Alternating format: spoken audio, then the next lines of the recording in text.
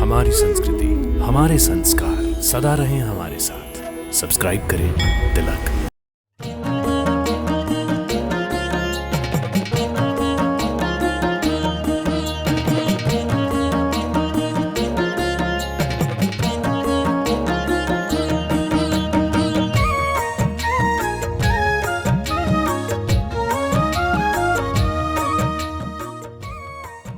आज के भौतिक युग में मनुष्य अगर सबसे ज्यादा व्यस्त और परेशान है तो वो है अपनी दैनिक सुख सुविधाओं के साधन जुटाने में। कभी कभी इन साधनों को जुटाने में उसे बहुत से ऋण भी लेने पड़ते हैं, जिनको कभी वो चुका पाता है तो कभी न चुका पाने के भय से जीवन में कोई भयावह निर्णय ले लेता है। मनुष्य का जीवन सिर्फ पैसों के ऋण से ही नहीं, अपितु पूर्वजों के ऋण, पितृ ऋण, ऐसे कई ऋणों से बाध्य होता है, जिसके कारण उसके जीवन की शांति, सुख, समृद्धि हमेशा भंग रहती है। आज हम आपको एक ऐसे स्थान के दर्शन करवाने जा रहे हैं जहां के दर्शन मात्र से एवं ओम ऋण मुक्तेश्वर महादेवाय नमः के जाप से जीवन के हर प्रकार के ऋणों से मुक्ति मिल जाती है तथा जीवन में सुख शांति की प्राप्ति होती है। जहां कभी राजा हरिश्चंद्र ने अपने ऊपर चढ़े ऋण से मुक्ति पाई थी, तो आइए आज दर्शन करते हैं उज्जैन स्थित ऋण मुक्तेश्वर महादेव मंदिर के। मध्य प्रदेश राज्य की प्राचीन तीर्थस्थली नगरी उज्जैन में मोक्षदायिनी क्षिप्रा नदी के तट पर स्थित ऋण मुक्तेश्वर महादेव मंदिर एक पौराणिक एवं सुप्रसिद्ध मंदिर है। ये मंदिर नाथ संप्रदाय द्वारा संचालित मंदिर है, जो कि समीप ही स्थित भर्तहरि गुफा एवं ऋण मुक्तेश्वर महादेव मंदिर का पूरा कार्यभार संभालते हैं। ऐसी मान्यता है कि इस मंदिर में विराजित ऋण मुक्तेश्वर महादेव के दर्शन एवं उनको समर्पित एक विशेष पीली पूजा करने से मनुष्य को जीवन के हर प्रकार के ऋण से मुक्ति मिलती है। शनिवार एवं मंगलवार के दिन यहाँ की जाने वाली विशेष पीली पूजा से तात्पर्य पीले वस्त्र में चने की दाल, पीला पुष्प, हल्दी की गांठ और थोड़ा सा गुड़ बांधकर महादेव की जलाधारी पर अपनी मनोकामना के साथ अर्पित करना है। हजारों वर्षों से अनगिनत भक्तों की आस्था का केंद्र बना ये मंदिर न जाने कितने श्रद्धालुओं को उनके कर्जों से मुक्ति दिलाकर उनके जीवन में सुख शांति देने वाला है।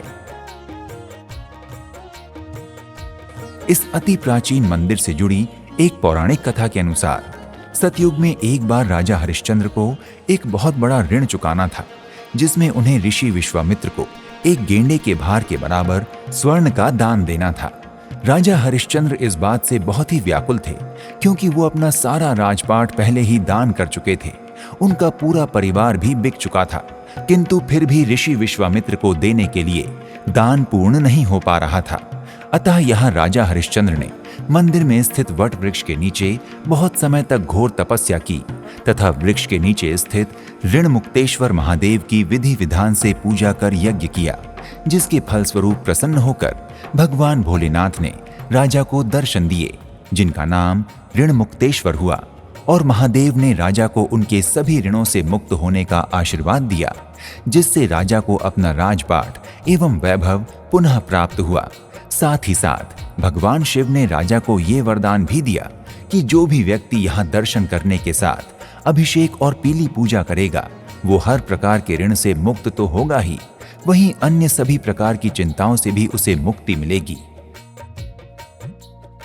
मंदिर के छोटे से गर्भगृह में मान्यता अनुसार हजारों वर्ष प्राचीन वट वृक्ष के नीचे ऋण मुक्तेश्वर महादेव जी विराजमान हैं। भोलेनाथ के समीप ही माता पार्वती एवं भगवान गणेश व भगवान कार्तिकेय जी भी विराजमान हैं। गर्भगृह के बाहर ही नंदी जी की भी प्रतिमा है। श्रद्धालु मंदिर में महादेव की पूजा के पश्चात मंदिर परिसर में स्थित अन्य देवी देवताओं के भी दर्शन करते हैं। परिसर में बाबा वीरभद्र का भी एक छोटा सा मंदिर है।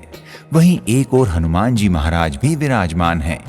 ऋण मुक्तेश्वर महादेव मंदिर का ये प्रांगण विशाल एवं खुला हुआ है। नदी के किनारे स्थित होने के कारण यहाँ का वातावरण बहुत ही मनोहर प्रतीत होता है। परिसर में बहुत से प्राचीन पीपल एवं वट के वृक्ष भी हैं, जिनके नीचे कुछ शिवलिंग एवं देवी देवताओं की मूर्तियां स्थापित की गई हैं। मंदिर परिसर में एक और गायों के संरक्षण एवं संवर्धन के लिए गौशाला भी है, जहां बहुत सी गायों के लिए उत्तम चारे की व्यवस्था की जाती है एवं उनके स्वास्थ्य की उचित देखभाल भी की जाती है। मंदिर में आने वाले श्रद्धालु भी गायों को चारा खिलाकर गौ माता का आशीर्वाद प्राप्त करते हैं। ऋण मुक्तेश्वर महादेव मंदिर श्रद्धालुओं के दर्शन पूजन के लिए प्रतिदिन सुबह 8 बजे से 9 बजे तक खुला रहता है। महादेव के इस प्राचीन ऋण मुक्तेश्वर महादेव मंदिर में प्रतिदिन 2 आरतियां होती हैं। पहली आरती प्रातः 7:30 बजे तथा दूसरी सायंकालीन आरती 8 बजे तक होती है। आरती के समय मंदिर और इसके आसपास का वातावरण बहुत ही सुरम्य और मनमोहक हो जाता है। भक्तों, ऋण मुक्तेश्वर मंदिर के समीप ही स्थित है नाथ संप्रदाय द्वारा प्रबंधित राजा भर्तहरि की गुफा। क्षिप्रा नदी के तट पर स्थित उज्जैन का एक और ऐसा स्थान जो आध्यात्मिक दृष्टि के साथ ही यहाँ फैली हुई शांति एवं सौंदर्य की दृष्टि से भी महत्वपूर्ण है। अगर इस स्थान के इतिहास की बात करें तो कहा जाता है कि राजा विक्रमादित्य के बड़े भाई एवं उज्जैन के राजा भर्तहरि पराक्रमी, सामर्थ्यवान, धैर्यवान, ज्ञान, नीति, विवेक, साम, दाम, दंड भेद से परिपूर्ण न्यायप्रिय चक्रवर्ती राजा थे, जिन्होंने श्रृंगार शतक और नीति शतक जैसे ग्रंथों के साथ ही वैराग्य पर वैराग्य शतक ग्रंथ की भी रचना की थी। राजा भर्तहरि ने यहाँ स्थित गुफा में कई वर्षों तक घोर तप किया था। मंदिर में प्रवेश करने से पहले ही यहाँ एक गौशाला है, जहाँ बहुत सी गायों की उचित रूप से देखभाल की जाती है। यहाँ से होते हुए श्रद्धालु गुफा के प्रवेश द्वार की ओर बढ़ते हैं, जहाँ सामने ही हनुमान जी महाराज के दर्शन होते हैं और समीप ही कुछ अन्य देवी देवताओं के भी दर्शन होते हैं। यहाँ समीप ही काल भैरव महाराज का भी छोटा सा स्थान है और विक्रम बेताल की प्रतिमा भी विराजमान है। यहाँ पर भगवान शंकर का एक भूमिगत शिवलिंग भी है। जैसे जैसे गुफाओं की ओर आगे बढ़ते हैं, यहाँ की दीवारों एवं स्तंभों से इस स्थान की प्राचीनता के प्रमाण मिलते हैं और अंततः यहाँ पर 2 गुफाओं के दर्शन होते हैं, जिनमें से एक गुफा राजा भर्तहरि जी की है और दूसरी गुफा गोपीचंद जी की है। पहली गुफा में प्रवेश करने का रास्ता बहुत ही संकरा है, जहाँ सामने ही कालिका माता की प्रतिमा के दर्शन होते हैं और एक और महायोगी मत्स्येंद्र नाथ जी का मंदिर भी है। यहीं समीप से भूमिगत गुफा में जाने का रास्ता है, जिसमें कुछ सीढ़ियों से उतरकर जाना होता है। गुफा के अंदर आते ही काफी गर्मी एवं ऑक्सीजन की थोड़ी कमी सी महसूस हो सकती है। गुफा में 2-3 छोटे छोटे खंड बने हुए हैं। यहाँ राजा भर्तहरि जी तप किया करते थे। यहाँ उनकी प्रतिमा भी विराजमान है। यहाँ पर धूनी जलती रहती है। राजा भर्तहरि की इस गुफा से जुड़ी प्रचलित किंवदंतियों के अनुसार कहा जाता है कि राजा भर्तहरि अपनी पत्नी पिंगला से बहुत अधिक मोहित थे, क्योंकि वो बहुत ही सुंदर एवं रूपवान थी। पत्नी के प्रति आसक्ति में वे प्रजा के प्रति एक समय अपने कर्तव्य भी भूलने लगे थे। किंतु एक समय ऐसा आया जब उन्हें अपनी पत्नी पिंगला के किसी दूसरे पुरुष पर मोहित होने के बारे में पता चला। इसके बाद राजा भर्तहरि को सांसारिक मोहमाया से वैराग्य हो गया तथा वो अपना पूरा राजपाट छोटे भाई विक्रमादित्य को सौंपकर स्वयं गुरु गोरक्षनाथ के शिष्य बन उनकी शरण में चले गए और यहाँ स्थित गुफा में योगी राज भर्तहरि नाथ जी ने 12 वर्षों तक कठोर तपस्या की। योगी राज भर्तहरि नाथ जी की कठोर तपस्या से देवराज इंद्र को भय हुआ कि कहीं तप से मिले वरदान में राजा भर्तहरि देवराज इंद्र का सिंहासन न प्राप्त कर लें।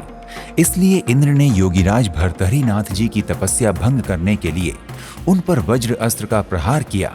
अपने तप के प्रभाव से योगीराज भर्तहरि ने अपने एक हाथ से वज्र के प्रहार को शिला के ऊपर ही रोककर निष्प्रभाव कर दिया। आज भी गुफा की ऊपरी शिला पर उनके हाथों का निशान प्रत्यक्ष प्रमाण है। वो महाज्ञानी और जीव मुक्त योगी थे। इस स्थान पर उन्होंने कठोर तपस्या कर अनेक सिद्धियां प्राप्त की थीं।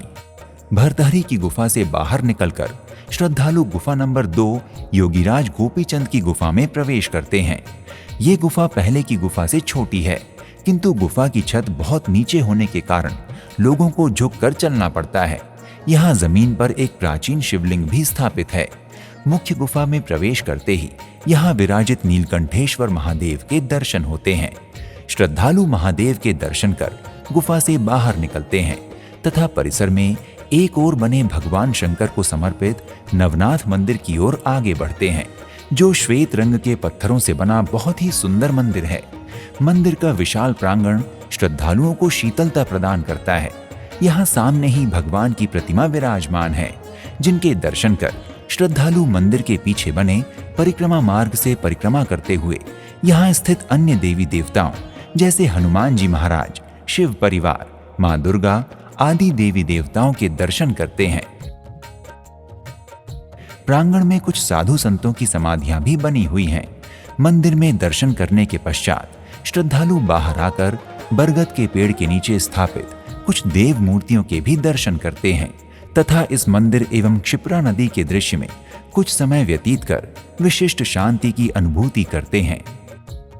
भक्तों, आप उज्जैन में ऋणमुक्तेश्वर महादेव मंदिर एवं भरतरी गुफा के दर्शनों के साथ ही उज्जैन स्थित हर सिद्धि मंदिर, रामघाट, श्री राम जानकी मंदिर, श्री महाकालेश्वर मंदिर, काल भैरव मंदिर, सांदीपनी आश्रम, गढ़कालिका मंदिर, श्री चिंतामण गणेश मंदिर, इस्कॉन मंदिर, गोपाल मंदिर, श्री 24 खंबा माता मंदिर, जंतर मंतर, गोमती कुंड, श्री बड़े गणेश मंदिर, कालिया देह पैलेस, शनि मंदिर और मंगलनाथ मंदिर के दर्शन भी कर सकते हैं।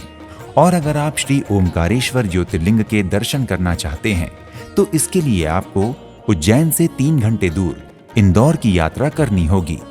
भक्तों, उज्जैन स्थित ऋणमुक्तेश्वर महादेव मंदिर के दर्शन के लिए वायु मार्ग, रेल मार्ग या सड़क मार्ग किसी भी मार्ग द्वारा आप आसानी से पहुंच सकते हैं।